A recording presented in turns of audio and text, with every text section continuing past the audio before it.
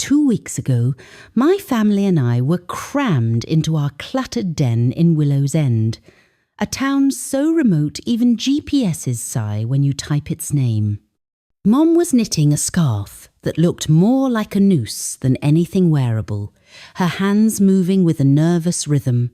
Dad sat across from her, obsessively polishing his antique Zippo, the flick of the lid opening and closing like a metronome. My older sister, Lila, was scrolling through her phone, her wedding ring glinting like a warning light, a reminder of how distant she'd become since the wedding. The air smelled like microwaved popcorn and dread, thick and suffocating. Out of nowhere, Dad slammed the Zippo shut, the sound sharp enough to make us all jump. "Let's go camping," he announced, his voice low and deliberate. Proper camping. No Wi-Fi, no whining, just fire. His voice cracked on the last word, and for a moment I thought I saw something flicker in his eyes, something that made my stomach twist. Lila didn't look up from her screen. "Hard pass. Kyle and I are renovating the guest bathroom," she said, her tone flat and dismissive. I leaned back in my chair, the wood creaking like a horror movie soundtrack. Camping. The word slithered into my mind, unwelcome and persistent. I hadn't slept right since the nightmares started, the ones where shadows peel themselves off walls and whisper in languages that itch at the edges of my understanding. Maybe fresh air would help, or maybe it'd make everything worse. "Come on, Lila," I said, my voice sharper than I meant. "When's the last time we did anything real? Before your perfect marriage? Before Mom's scarves?" Mom dropped her knitting needles. They clattered to the floor like bones, the sound echoing in the sudden silence. Lila's eyes narrowed, and for the first time in weeks, she looked at me. Really looked at me. "Fine," she said, voice cold, "but if a bear eats me, you're explaining it to Kyle." The next day, Dad dragged us to Hargrove's Hardware, a rotting shack on the edge of town that smelled like rust and regret. The sign out front read, "Best store in town," in drippy red paint that looked disturbingly fresh.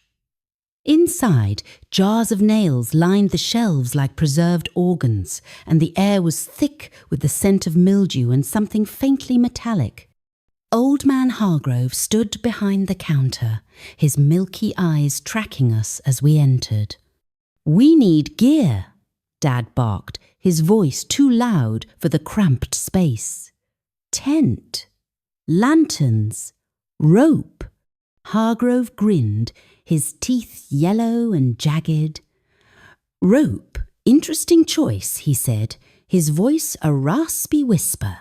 He limped toward the back of the store, humming a tune that made my scalp prickle. Lila picked up a hatchet, testing its weight in her hands. "This feels good," she murmured, her voice low and hungry. I stared at her, unease settling in my chest. "Since when does Leela like hatchets?" Hargrove returned with a lantern, its glass stained black as if it had been dipped in ink. "This one's special," he whispered, his breath sour and close, fuels included. Dad snatched it from his hands. "How much?" "No charge," Hargrove said, his grin widening. "Just light it after dark." That night, we pitched our tent in the woods, the trees huddled close like eavesdroppers. Dad placed the lantern in the centre of our campfire ring, his hands trembling slightly as he adjusted its position. "Wait for sunset," he ordered, clutching his Zippo like a lifeline. Lila stood at the edge of the clearing, her hatchet gripped tightly in one hand. "Something's out there," she said, her voice scared excited. Her eyes gleamed in the fading light. and I couldn't shake the feeling that she wasn't entirely herself. Mom unwound her scarf, her neck ringed with red marks where the yarn had dug into her skin. "It's just the wind, sweetie," she said, her voice too bright, too forced. But the wind didn't sound like wind, it sounded like breathing, low and deliberate. When the last sliver of sun vanished, Dad lit the lantern.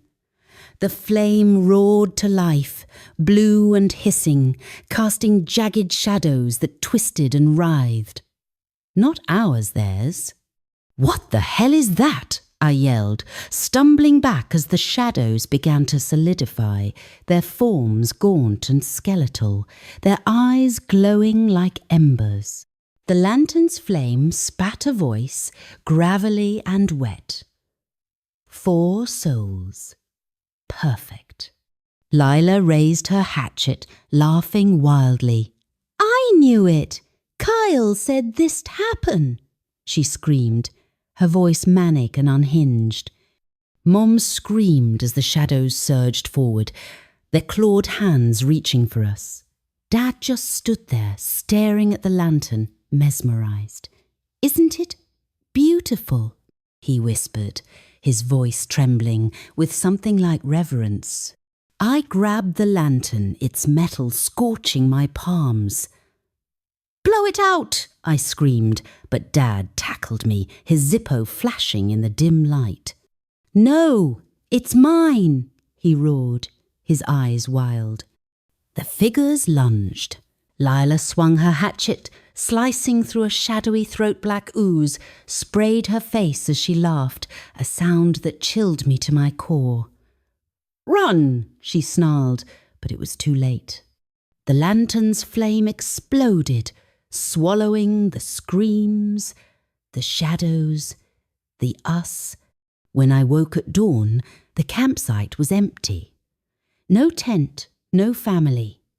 Just the lantern, cold and silent, sitting atop a pile of ash. And in the distance, Old Man Hargrove's laugh echoed, bouncing between the trees like a promise,